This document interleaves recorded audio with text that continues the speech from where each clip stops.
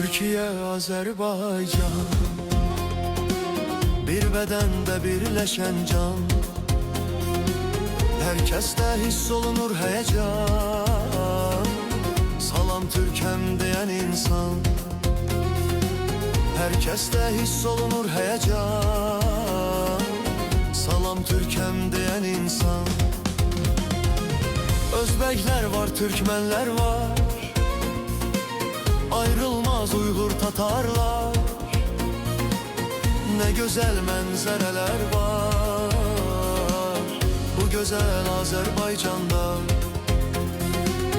Ne güzel menzereler var bu güzel Azerbaycan'da. Medeniyet mesken salmış çok ezel Azerbaycan'da.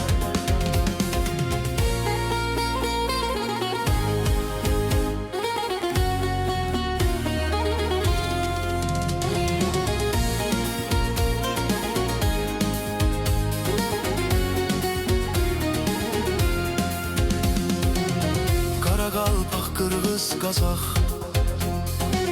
tarix yazaq, dastan yazaq. Pis günlər heç vaxt olmayacaq. Türklük qalacaq, mərdlik qalacaq.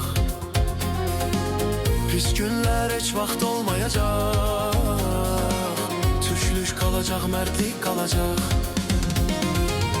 Özbəklər var, Türkmenlər var, ayrılmaz Uygur, Tatarlar. Ne güzel menzereler var bu güzel Azerbaycan'da. Ne güzel menzereler var bu güzel Azerbaycan'da. Medeniyet mesken salmış çok ezel Azerbaycan'da.